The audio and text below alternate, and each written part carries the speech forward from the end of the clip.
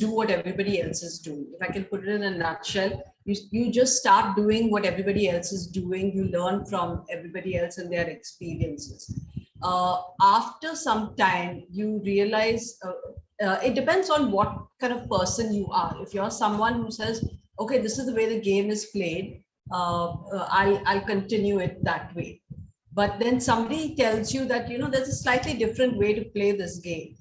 And then you read this and that, and then you kind of just modify your approach. I would say the most, I didn't think I want to, mention this straight off, but the most important thing for me was a discussion I had, I think with, it must have been with Shurit and with others also, is that you have to change your mindset, particularly, Tanvi, you think it's an advantage if you come from the corporate background here. But the thing is, in the corporate background, you are an employee, and then you start functioning like an employee here.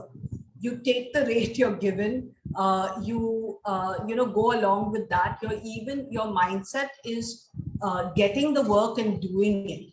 But over a period of time, you realize that it's not only about somebody giving you work, it's about you finding work for yourself. And then a whole lot of other things that come with it in terms of this one important thing. Let me stick to that, is rates. So I started out accepting whatever rates anybody else gave. But later on, I started thinking about what should go into that. The general mindset is, and we see this a lot on WhatsApp, in ICF, this is the work I have to do, what should I charge for it? Or what is the going rate for it? And these discussions still come about now. I mean, I've had them maybe 6 years ago, but they're happening even now.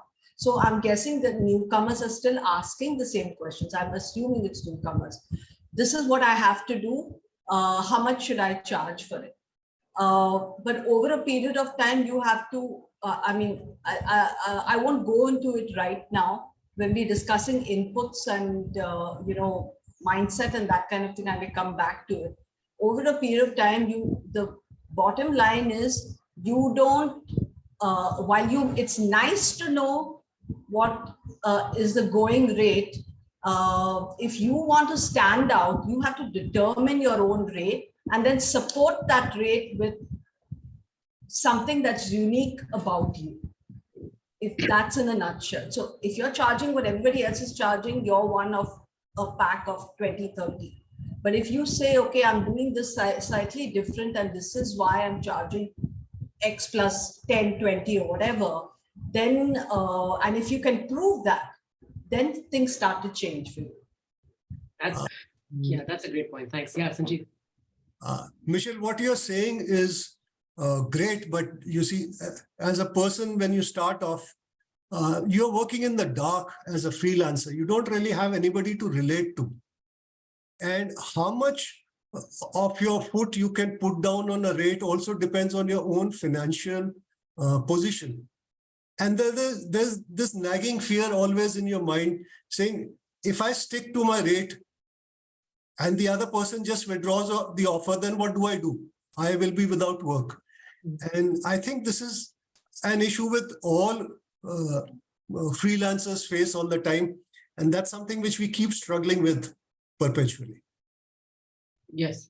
No, that's a great point, Sanjeev. But I would add to that is that somewhere the price that the fees that we charge signal the value that we have of our own work as well, right? I think that's kind of what you were saying, Michelle, right? Like, as to how are you different from everyone else? So in that sense, if you think of this as a business, you have to think of it as like, what's your USP, right? What is the one thing that you stand out for? What can you do better or different from other editors? And to maybe put that out, and that's determined. Tanvi, is it okay to interrupt? No, not right now. Okay. Sorry. We're going to open this up, Surat, after we're going to have a panel discussion for everyone who's come in late or didn't catch that earlier. We're on the panel discussion now. We'll stop in 10, 15 minutes and do the survey, and then we'll come back and then we'll open up the floor. Okay. Thanks, Surat. Yeah, Michelle. So what I want to say is Sanjeev is right. We all start out in the dark. And these are concerns even later on. You never lose this thought when you're quoting that what if the client just says no and goes away? You never lose that. But one thing is, yes, I have a household to support. I have bills to pay. Should I really be doing this? Why don't I just go along with what they're saying? All these are factors that come in. But I think just like the work you do is unique, what a rate you decide with a client can also be unique. You can go a little lower if you feel this is the person, this is a client I want to work with over time. Let me start out at a lower rate or whatever they are willing to pay. I mean, that should not be rock bottom, of course. But let me start out and show what I can do. And then maybe once I prove myself, I'll be able to negotiate a higher rate. That's one way of looking at it. But there's one stark thing that you cannot get away from. Editing is a one-to-one relationship.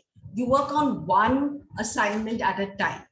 And the problem with that is that you're never going to, your time is always going to be with one job. What I'm trying to say is either your rate has to change or you have to be working for more hours a day.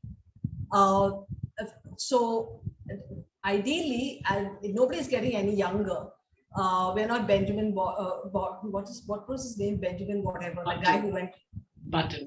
Yeah, he went backwards. So there'll be a point of time where physically it becomes difficult for you to take on that amount of work.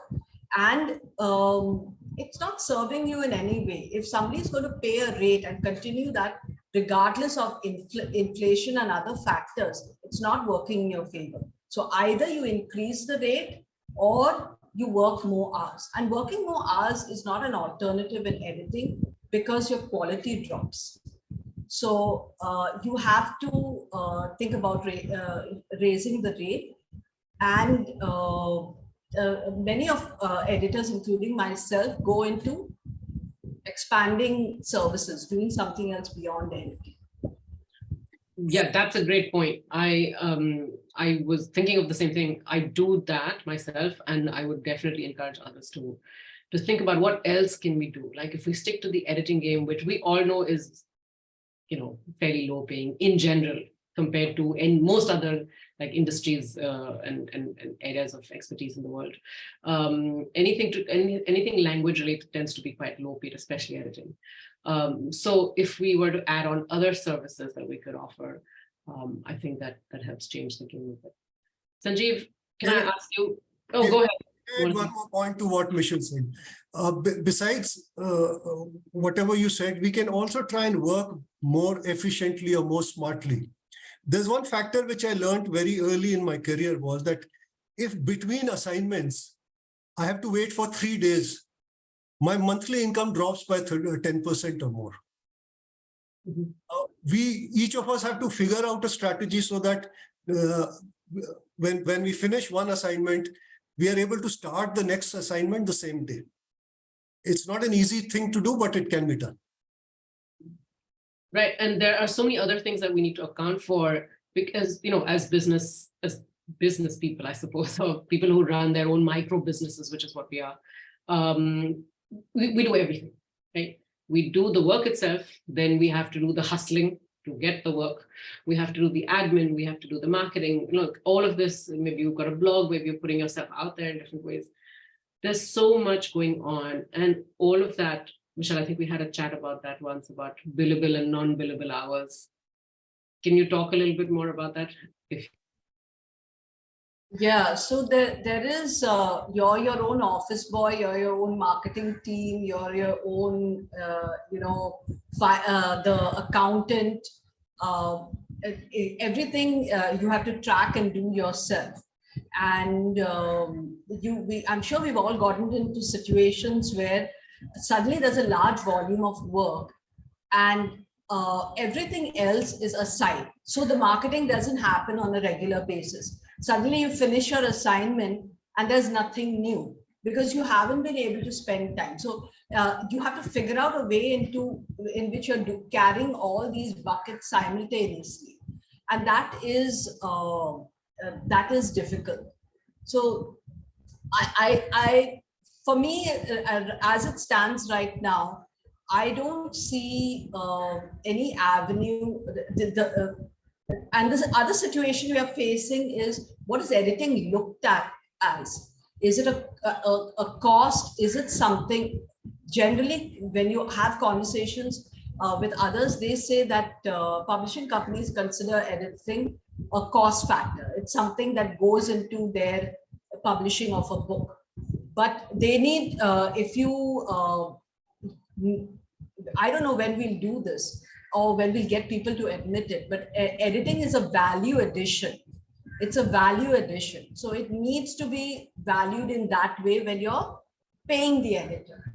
Now that is a long road to travel in terms of getting people who are more powerful and who already have the money, getting them to part with their money to you, So this change from a cost to a value addition is a change in mindset. And once that happens, then maybe, we'll see a better growth or improvement in terms of the way editors are paid.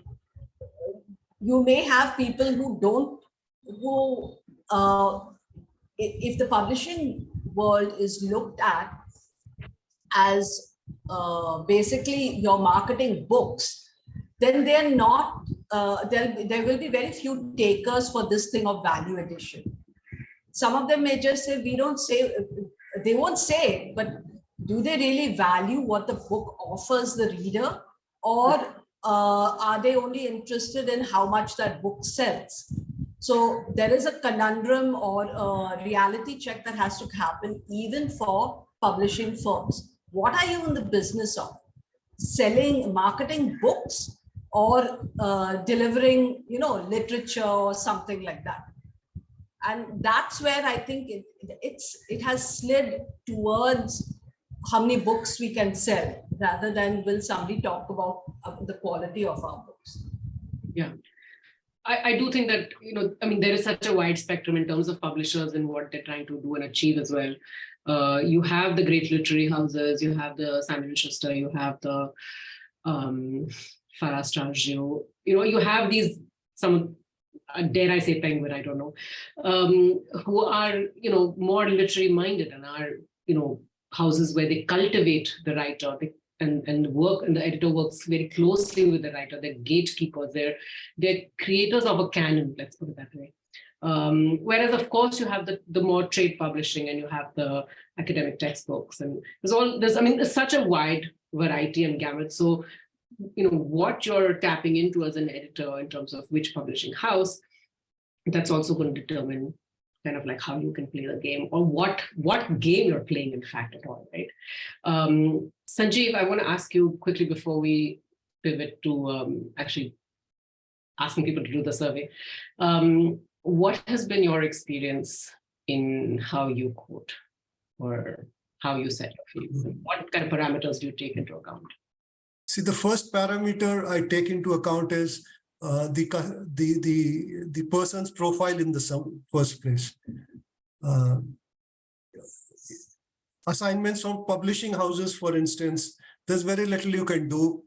I mean, they have a fixed rate, and it's a take it or leave it kind of situation. It is only the individuals who are willing to sit and negotiate and pay you rates which are different.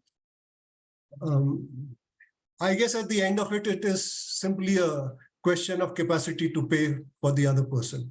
You have to see how much the person has budgeted for, what kind of other people they've talked to, and how much are they willing to pay. Yeah.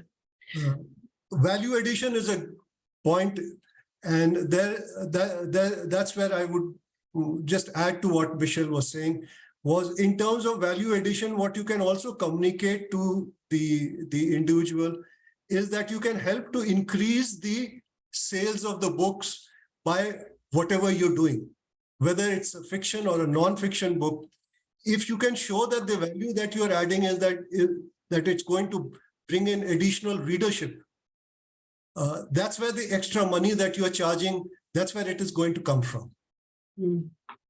Yes. So Sure. Sometimes it's just a bog standard job though, isn't it? It's just like, can you clean this up? It's like, so how much value are you adding here? You're making sure that it's error free. But there are so many, of course, I mean, I don't know if we should even bring this up in this session, but there are so many tools that are now replacing us, right? That AI can take care of. But anyway, let's not go down that path, please. That's a whole other discussion. Okay, let's, we're about 20 minutes in. Let's stop. Let's do the survey, right? Okay, so a couple of things before we put the link in there. A few things about the survey. We're trying to reach as many people as we can. So outside of today, please feel free to forward the link to other people in ICF. Now, the survey is specifically for freelance editors working in India. So I can't participate. I don't work in India.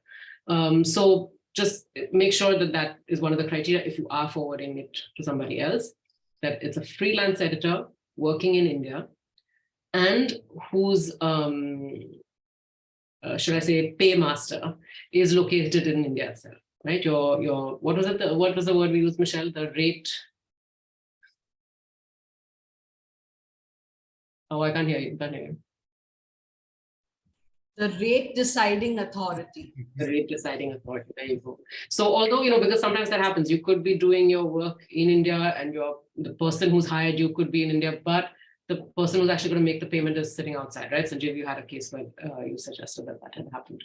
So we want to make sure that the person, where the money is coming from to pay you is coming from India itself. So that's the second criteria.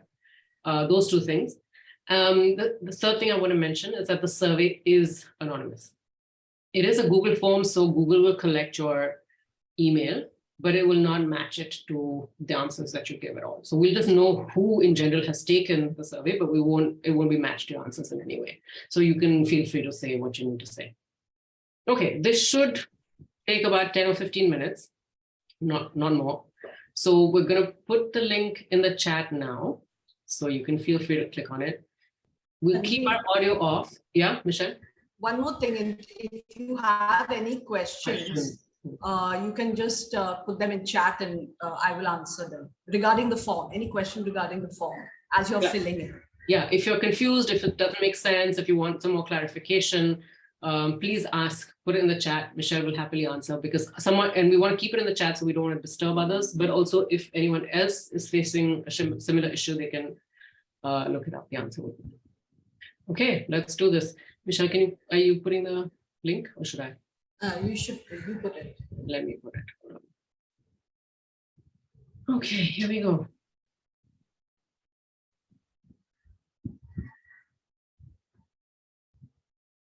All right.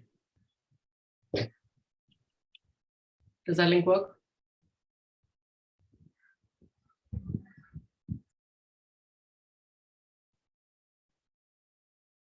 Can you help me check, Michelle, if it works? Yeah. Okay, good.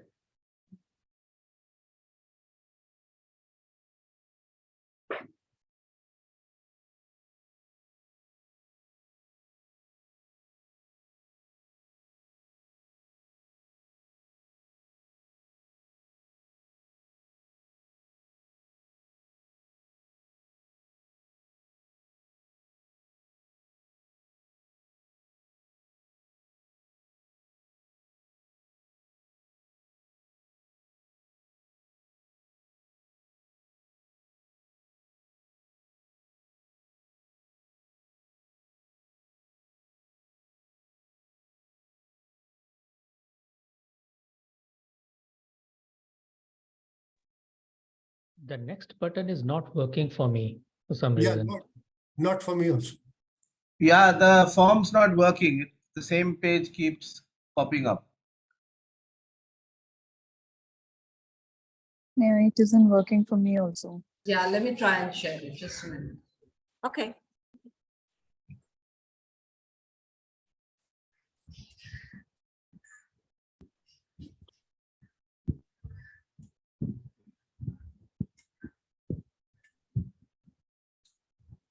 a second.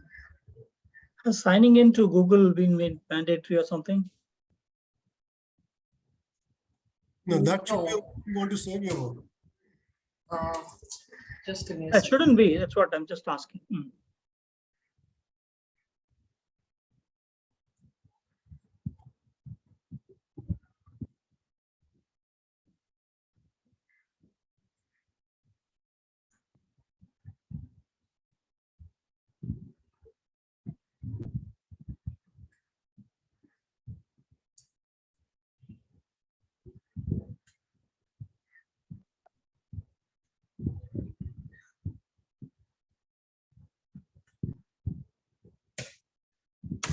Okay. I've sent you a form. Can you try this link that I've sent now?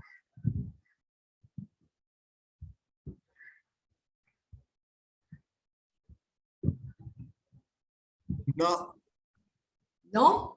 no.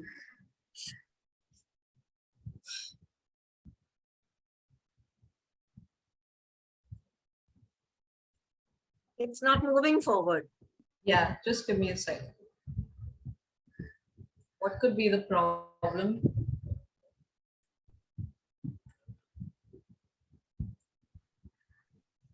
I have a feeling that there is some logic error in the background, as in what should happen when people click next in the first form, in the first page. Okay. Vivek, are you around?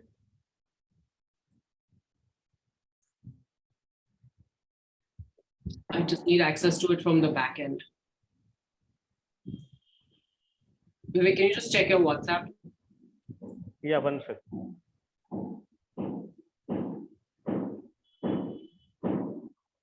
WhatsApp पे जाना है क्या? No, no. Okay.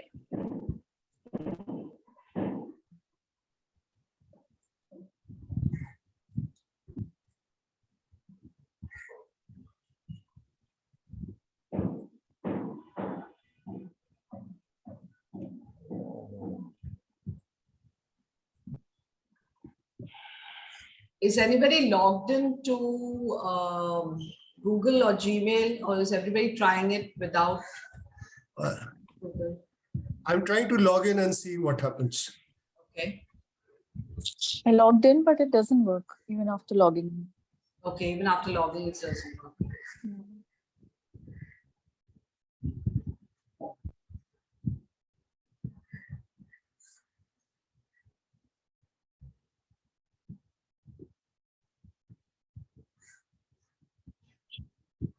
Okay, so maybe we take a few minutes to just, I'll try to fix it at the back end. In the meantime, while I'm trying to get a fix on this, could we maybe just open it up so that we're not all just Yeah, I think we should do that. yeah. Let's open up the discussion, and to everybody who's here. Surat, I think you had a question earlier on. I will if Michelle, you could handle this, I will try to fix the back end.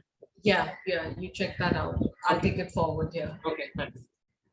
Okay, let's start with Surit. Surit, you had a question.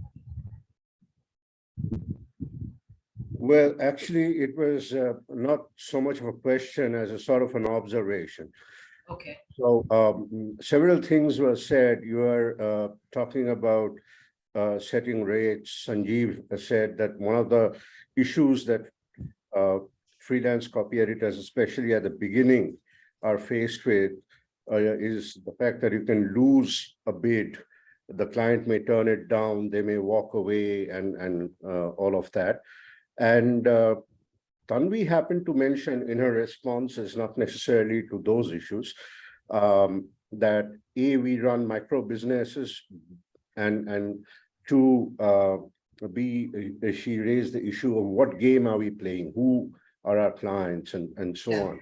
So putting all of that together, what I think I may have learned over the past few years is that before you talk about what to charge and pricing and so on, and assuming that you think you're running a business, and very few of us think that we're running a business.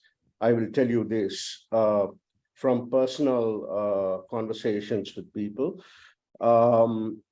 So the first thing is that you figure out what it costs, okay? What your service costs, your time and your expertise. Very few of us know that, or even think in those terms. The second thing is that what revenue you generate is not your profit. That is also something we don't consider. Another thing is that the cost to you plus payment for your services to yourself, plus the difference should be the price to the client. So the profit is not payment to you for your services. The profit is the surplus above the cost and the payment to you for your services. Yeah. So Okay. basically, Even before that, the cost is all of your business needs and personal needs. Okay. Amortized or depreciated or averaged over into 1 month or one project. So basically, the concept is profit per character per second. If you're doing proofreading, let's say, okay, break it down into the shortest unit of time you can. Now, once you have that, it may be true that losing, within quotes, a bid, not getting a project accepted may be profitable compared to actually getting it. Okay, this does not apply if you are, and I have been there, if you are chasing the next 100 rupees or 500 rupees. Okay, if you're relatively stable, if it's not about keeping the lights on, putting food on the table, this then these concepts apply. If you're reasonably comfortable, if you're thinking in terms of the next 9 months, the next 5 years, and so on, and you also have to understand that every client has a lifespan. Every client has a lifetime value. So let's say I quoted a rate in 2018 and they want me to continue, a new client wants to continue at that rate in 2023, I can't afford it. Okay, so these are the thoughts I had in mind. I thought I'd share them with you. Yeah. You're right, Surit, but you know, the thing is, I think most of, I may be wrong, but I'm just saying most people get into it that's another thing with editing. The profile of all the editors is very vast. You have newcomers who straight away get into editing, some with training, some without training, and so their needs are different. The other thing is, if you are absolutely fresh and you get into editing, you do not know freelance editing, you don't know anything about working as, forget working as a business owner, you don't know anything about working as a professional either. So that learning curve is really long and hard, particularly if you're freelance, because you have never been in a corporate setup. That level of this, you know, the professionalism that needs to go into the work, all those other extra skills besides the editing skills, those aren't learned yet. So that's one thing. The other one is somebody who's been an editor for a while, maybe worked in publishing and out. So let me just put that as a group as people who have been in a corporate setup, publishing or otherwise, and then start freelancing in editing. Of course, somebody who has publishing experience is at an advantage. Somebody like me who just started out raw is at a disadvantage. But so there again, needs are different. The level to which you will compromise is also different when you start out.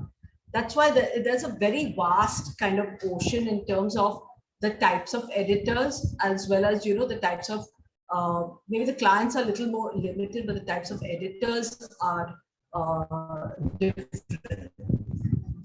What you're saying, Surit, is valid. But the thing is, I think that has come after 20 plus years of experience. People who are lower down, like I said, they don't even think in that way. like, your concept of why can't I charge by character? And why don't I, because see, the length of the words vary, right? I have to read each word. So that's an interesting thing. And I think all this kind of forms an input when you start working. There's a lot of diversity here, but certain things are common in terms of what inputs go into the work and what inputs editing wise, as well as inputs that needs to be there from the freelancer in terms of skills. That there needs to be some differentiation is the bottom line. If you are doing what everybody else is doing, I got you, Tanvi, then you'll stay where you are. But if you change and show something new, then you can, your rates can change. Tanvi, we are ready. We can do the form now. I think so. Can you just quickly have a check? I think it's working. You'll have to put a Anupam link says in. yes. Anupam says yes, it's working now. Yes, it's working. Same Okay. link from earlier. Same link from earlier. You can click The, and work. the first one or the second one? First one. All right. Thank you. Thank you. Sorry about that.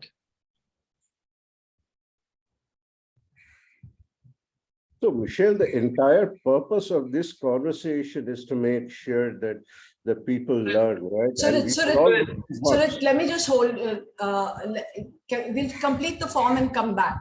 The form's working now.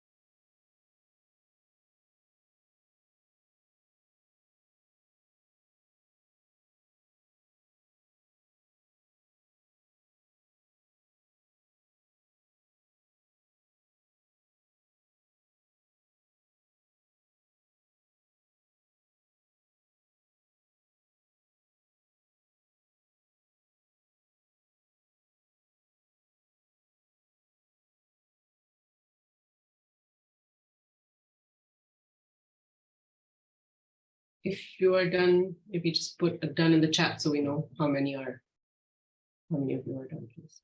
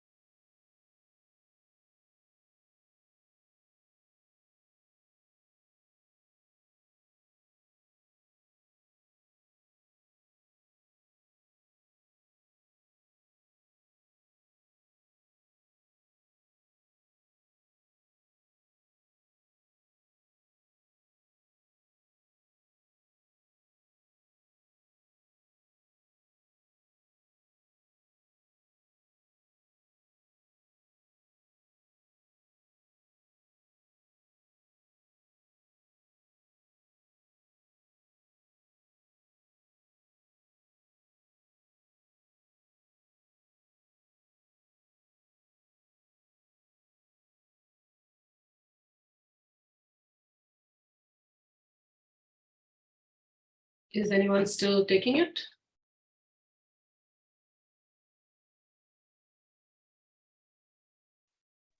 Yes, I'm just writing the last answer. Okay, thank you.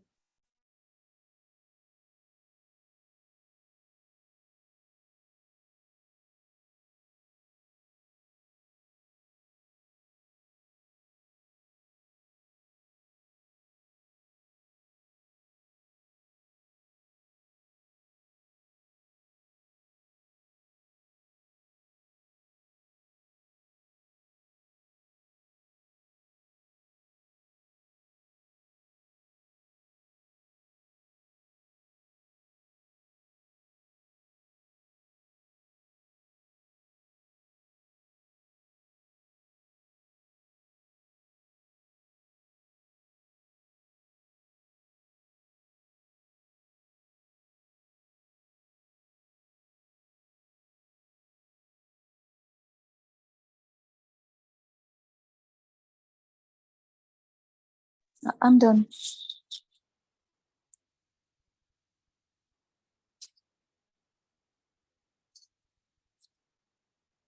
Okay. Anyone else still taking it? Ganesh, are you done? I can't hear you.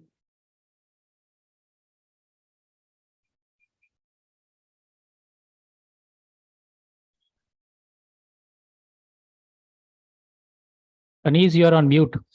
Yeah. Done. Okay. Now what do I do? Okay. No, nothing. It's fine. Where do I go?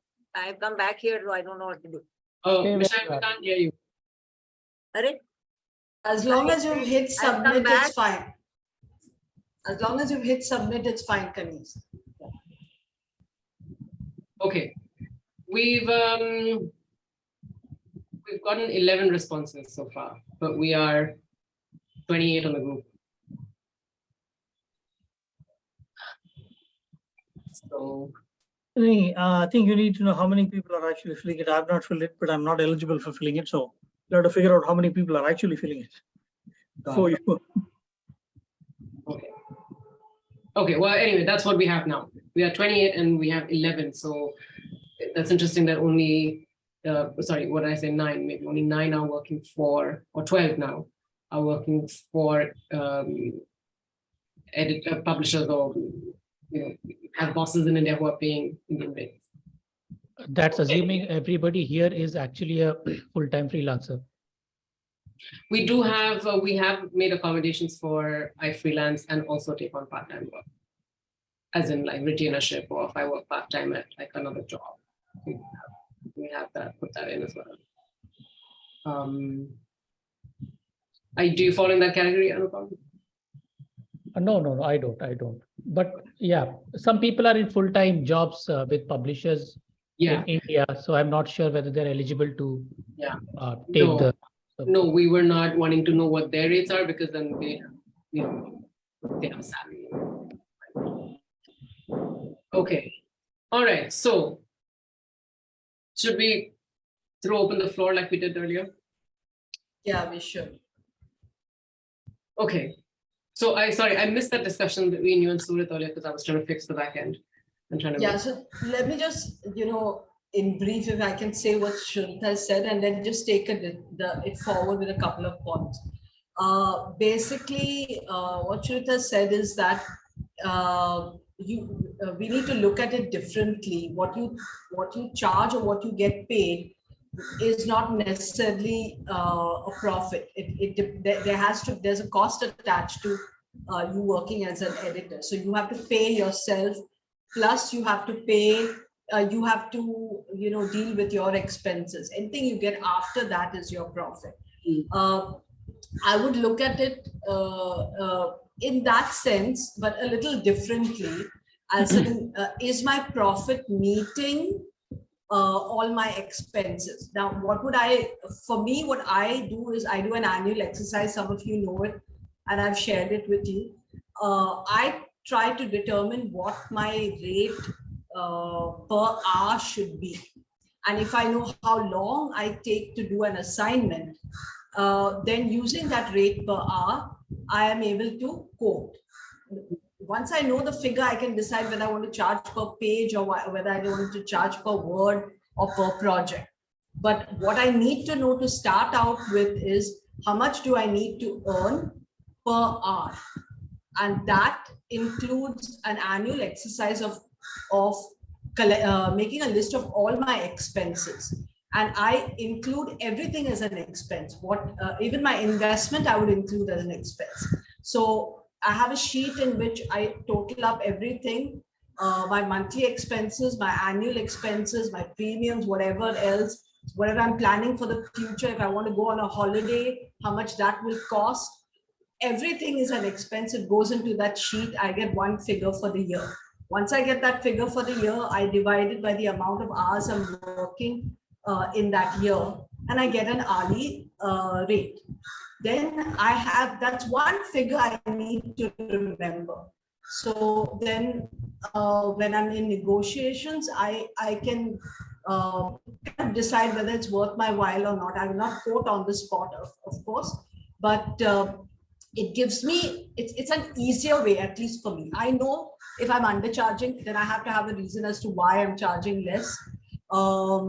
And, so that is an exercise, that's the way I do it, rather than what is the rate in the market and using that to go to a client, because that rate has to work for me in some way.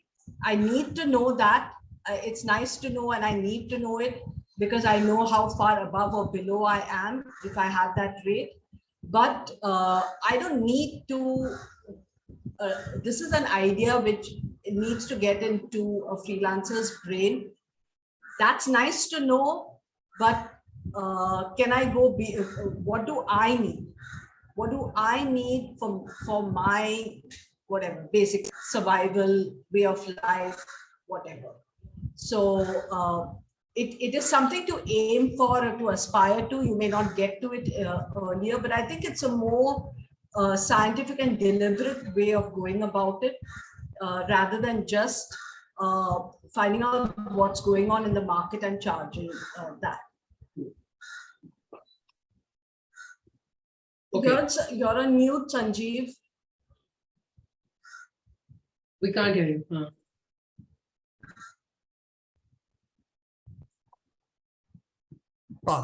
Sorry. There is one more factor we should take into account when we are doing this, is to look at it from the business angle or the publisher's angle. Let me explain what I mean. Supposing a book is going to sell 1,000 copies and it's going to cost, say, $400. 400,000 rupees is the total income that is going to come from the book. Assuming, of course, it's a publisher who's publishing the book. 40% of that would go to the distributors. Let's assume 10% goes to the author as royalty. That leaves 2 lakhs of rupees for the paper, the printing, the profit of the publisher, and what the publisher can afford to pay me. And that is the factor or the amount that comes from there needs to be balanced with what Michelle is saying, that what I want for my expenses. And I can then very quickly calculate that if there's a book that's come to me that's going to sell only 500 copies, it's not worth my while to even start a negotiation with that customer. But if there's a book that's going to sell 4,000 or 5,000 copies, that's where there is margin available to pay me as an editor who can add value to the book, have a better quality book, or maybe enhance the sales of the book.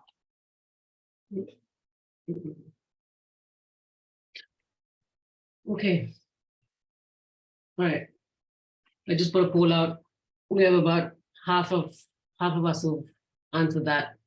Most are saying they don't engage in the exercise that you engage in, which I think is also good to know, right? So I think that kind of leads us to ask the question, on what basis are you charging what you're charging? Right? What, for those who are not engaging in this exercise that Michelle does, what's going on? How are you determining your rates? Anupam? I have a few comments to make. First of all, let me just say that I have, let me plug in an article that I had written some time back and many of you have read about what should I charge for my freelance rates. So I had, dealt with many of these issues. But with the vis-a-vis today's discussion, there are a few things that I would like to say. The first thing is, what is the professional objective of anybody? Anybody who's working, they want to make as much money as possible. So that is a baseline for anybody who's working. I mean, I don't think if you tell somebody that, okay, from tomorrow we are going to increase your rates by 5,000%, will you say no to it? Nobody will say no to it. Everybody will be happy about it. Okay, so that is the professional base. Now, keeping that in mind, there are 3 related concepts that I want to bring in here. First is price discovery. The second is client discovery, client or market discovery. And the third thing is your own competence. And these 3 things interact amongst each other to ensure or to determine how much money you can actually make. So the first thing comes about price discovery. Now, when we are talking about price discovery, a lot of people go out and ask others, how much should I charge for such and such project? Or, this is the discussion. Some people suggest that you should consider going according to your needs, which is very important. Others say that you should, if you go according to what you want, you will lose the client. So, there is a sweet spot between these two, loops.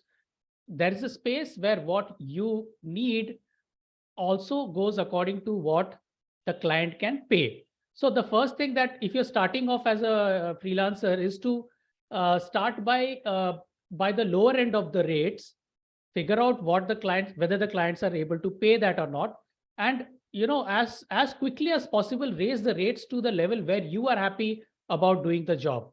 So that is the process of price discovery that I have used. I have quickly, even with one client, I have raised rates within 6 months to see whether the client is willing to. So what happened when I started off as a freelance, I was working for peanuts, and I was obviously unhappy because that was not matching up to my expectation of what I want. So with the clients that I worked, I quickly raised the rates to the level where they said we can't work with you. Now, so I lost clients because they were not happy with my rates. Now the question is, if I lost clients, how am I going to continue working? So there comes in the second concept, which is client or market discovery. You cannot be working in isolation. You have to be constantly talking, interacting with fellow editors, with people on the on wider social media platform or LinkedIn. You have to advertise yourself, you have to market yourself, you have to pitch yourself, you have to showcase your talents, you have to showcase your thinking, and then you will slowly attract customers, and you will figure out where the work is. So for instance, if you talk to if you attend such webinars, you will realize what are the different types of things people are doing, what are the different types of pitch people are creating, where all I can find clients. And this kind of client discovery helps you get new clients, and getting new clients help me say no to clients who pay me less. I will eventually find clients. Usually I'll find a clients who will pay me more. Now, when I said who will pay me more, herein comes the third concept, which is of your competence. You must have heard of the concept called the Peter principle. So in a hierarchy, a person rises up to the level of their incompetence. So the point at which you become an incompetent person, you will stop rising. The same thing applies to your rates and prices and whatever you charge. You keep on increasing, you will eventually hit a point with the wider market. I'm not talking about one particular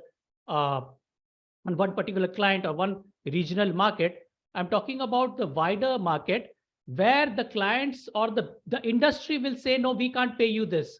You are an editor, but you want to charge us the prices of a top-notch cricketer. Sorry, we can't pay you that. Okay, so different industry, different rates. So that is one thing with vis-a-vis your competence. So if you want to earn more, you have to increase your competence. You can't be doing the work. So if you're doing you need to know what you're worth. Okay, the price discovery process will help you know your worth. You have to know that if I'm worth 100 rupees and I'm charging 50 rupees, I'll always be unhappy. But if I'm worth 100 rupees and I'm charging 150 rupees, eventually everybody will find out that you're a fraud. So if you want to really charge 150 rupees, become worth 150 rupees and then charge it. So that is where your competence comes in. So the first is so I'm going back to the first point, professional objective of making as much money as possible. So you keep on raising your rates slowly, gradually to the level where you hit a wall and you cannot raise it more, and then think of other things that you can do to earn more. And this is how the three concepts of price discovery, client discovery, and your competence, they work together to determine how much money you can actually make. Okay, thanks for sharing that, Anupam. That was, I think that really helps understand what are the parameters.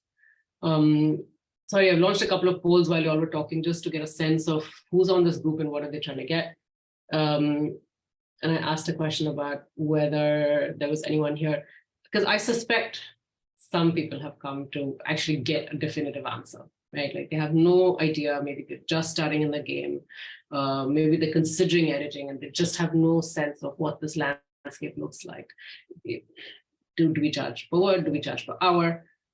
how much does one charge? Is it like, if I say rupees, hundreds of rupees, like what does it look like? Like no benchmark, no sense of it. We have a couple of people who said, yes, they are new to editing or possibly thinking of becoming an editor. So what can we say to them? With Michelle.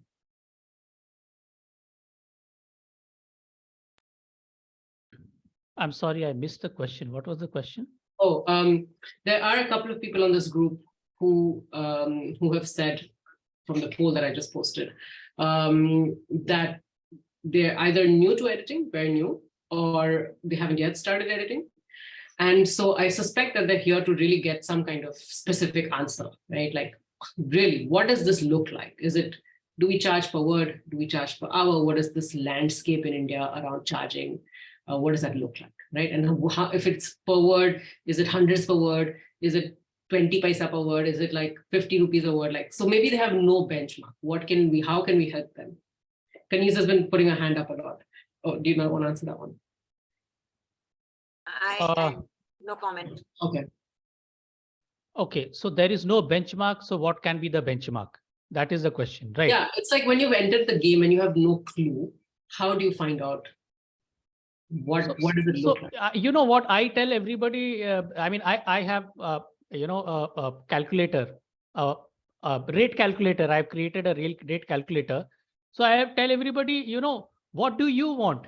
The benchmark, the only important, significant benchmark is what do you want?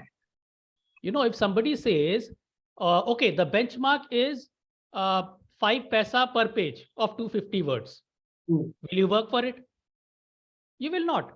So suppose you, the second question is, how can you say that 5 paisa per page? You are 100 editors here. You can't tell me what is the benchmark. Can all the 100 editors here actually give a benchmark?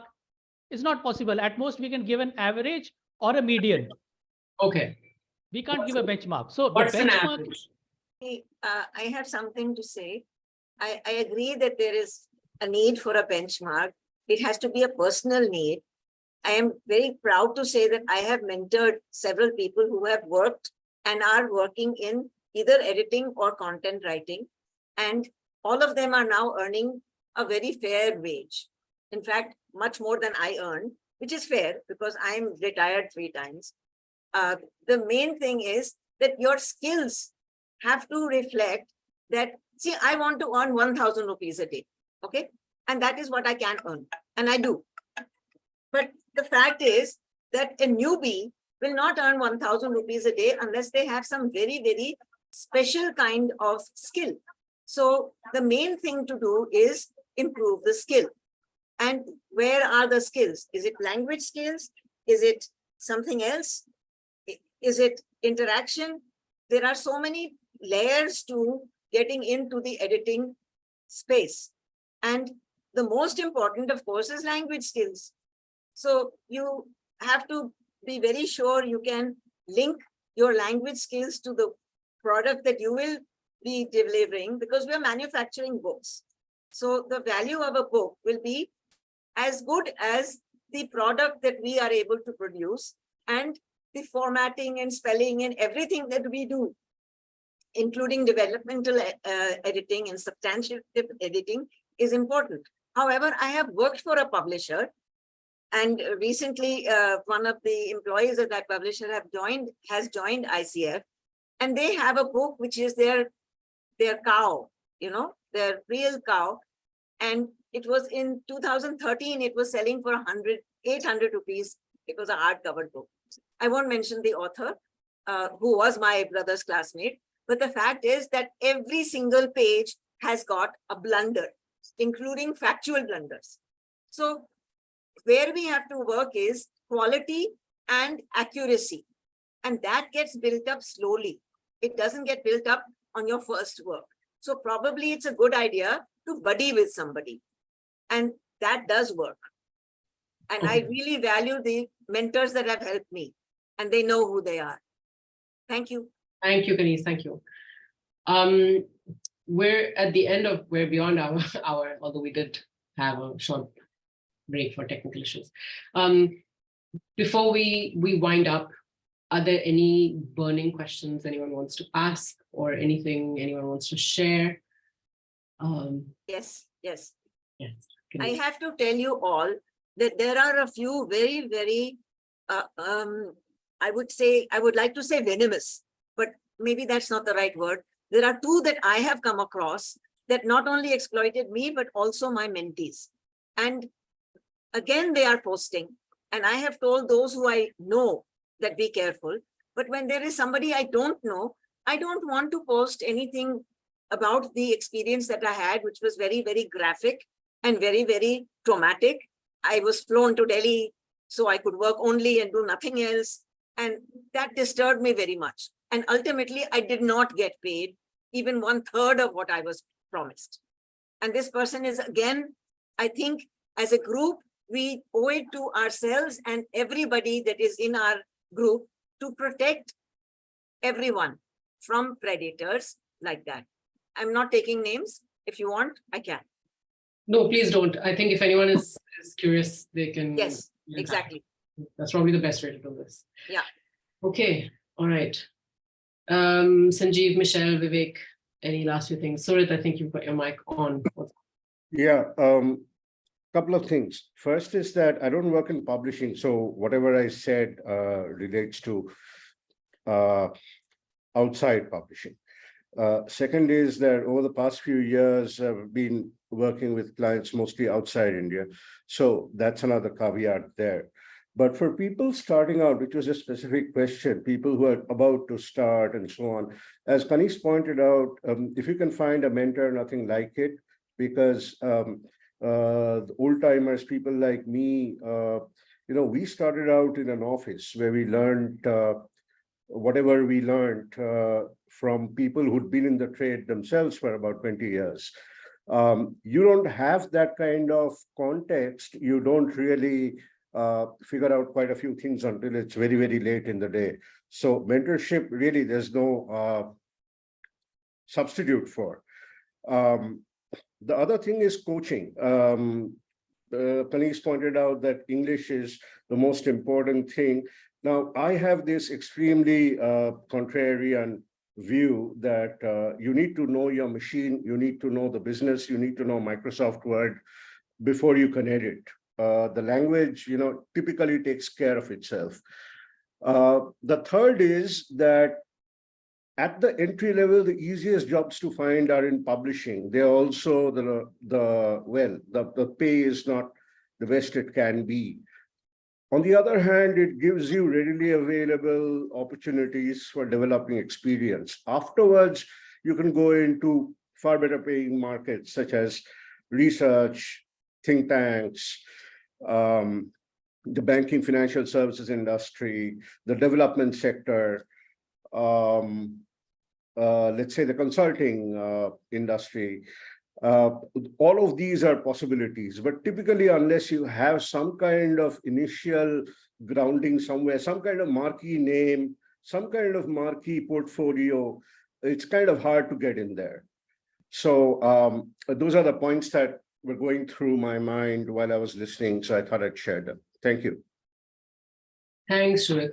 It's nice. It is good to know, honestly, for people who are starting out, and I think generally as well, what are some of the higher paying enclaves, let's put it, in this world. So yeah, good to know that. Right, Michelle, one thing you missed, I think, when you fell out and came back in, I was just saying that there were a couple of people on here who, I think they're here to know what they should charge. Like, what is that minimum rate? What is the, because is it a few paise per word? Is it a few rupees per word? Like, if you don't have any sense of where to start, it becomes difficult. So I was asking that, but I think there isn't really a clear answer. It was still a kind of. There is another point I want to tell you, and that is the payment cycle and advances and the different stages of collecting money. I have been extremely lucky, except for one gentleman, and of course his name is not relevant, who insisted on the ladies' rate when he was a gentleman. But that didn't matter. My space of working is different. But the main thing is, we must understand that we are not doing this as social work, at least most of us, and the rates that we charge have to reflect the quality and our time. Our time is valuable. We are not sitting with a katora.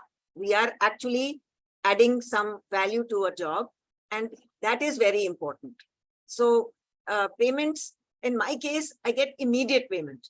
So the rate is much, much less than it would be if I had to wait 90 days. Immediate payment is very exciting. And that is also something you have to work on, whether you want in advance, whether you can be able to tally that now it is 2 weeks, I have to get the next payment, 2 weeks, the next payment. Some people pay very, very nicely, very, very regularly. And some people actually need you to spend your time in reminding them to pay you. So you have to understand that the game is not only working at your skills, it's also working at your making your skills of value. Thank you. Thanks, Denise. I'm just putting out a quick poll because I'm curious about this. Do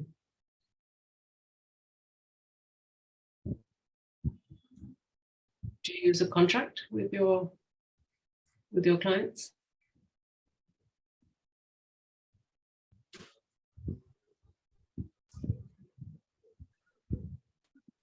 A lot of this, Tanvi, depends on where you are in that value chain.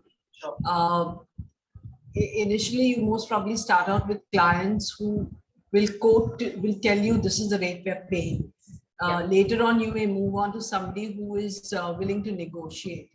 How fast you move on depends upon one is how you can prove yourself. What does your work show, demonstrate that adds to that gives you a certain amount of value and a certain amount of leverage. So you move from a place where you just accept what the client says to a place where you start pushing. The client, some of them may be taken aback saying, this is what we pay. And some of them are surprised when you say, this is what I charge.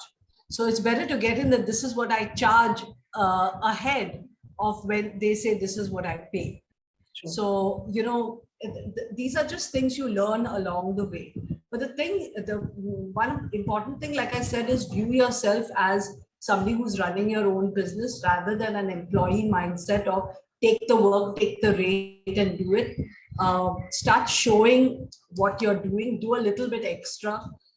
Like if somebody asks you to edit a document, you can send it back with a note rather than just the document itself, which shows that you are thinking beyond just the mechanical or not so mechanical work of editing. If it's a book, it's even better. If it's an article, a holistic kind of view. And that's how you gradually go. You start demonstrating. Rather than need to be anything too much aggressive at first. Start demonstrating what you know. And that helps you gain leverage over time. Yeah, that's great tip. Actually, I don't do it either. And the contract thing is because you raised that question, it's part of it. If you're working with somebody who's not even interested in giving you a contract, forget, you putting a contract forward, then that's not something, you want to stay with. You may do it for a while, but in your mind, you should be thinking, how can I get somebody better so that I could drop this client? The other concept I like to think of is choose your clients. You actually don't have to take everything. You choose, of course, over a period of time, you start getting better at it, but you have a choice in whether or not you take some, what kind of work you take and what kind of person or company you're dealing with. Because believe me, the stress that comes from dealing with unhealthy client is not worth the peanuts you're getting paid. So that's another part of it. All right, thanks, Michelle. Michelle, there's a question. I want to say one thing. One second. We come together at ICF and we should consult each other. It's very, very important. Thank you. Yes, we'll. I think. See, can I pitch in and say a few words here? I mean, yeah, sure. It's a very basic question I'm going to ask, okay, because finally, what are we actually trying to do?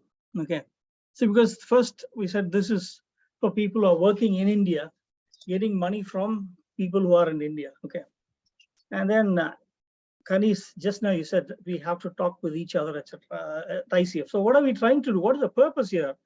Are we trying to just give some guidelines to people as to what they can charge? Or do we have to look at it as at a very different level altogether? Okay, my questions are very, very basic. See, if you look at what is happening across the world, if you look at Bay Area Copywriters Forum, okay, I think they were the guys who started out with this rate survey long ago, okay. And then you have EFA, you have CIEP, you have Editors Canada. And when you look at most of these things, they all have an organization. And not only that, before they came up with all these surveys, they decided on what is quality. How do you define quality? Each one of them has a standard. Okay. And unless we have that standard defined, how do you define competence? Now, the other problem that we have in India is, okay, when typesetting came to India 40, 50 years, 40, 45 years ago, they picked it up. And even today, I think we are very, very strong on all typesetting and other related digital things. But when it comes to copywriting, we really are not done that probably because the speed at which the work came in, and we didn't have enough qualified trainers. We didn't have people to take it up to that level. People just went on picking up jobs, and therefore the entire way of doing things got broken down into 2-3 chunks and all that. Okay.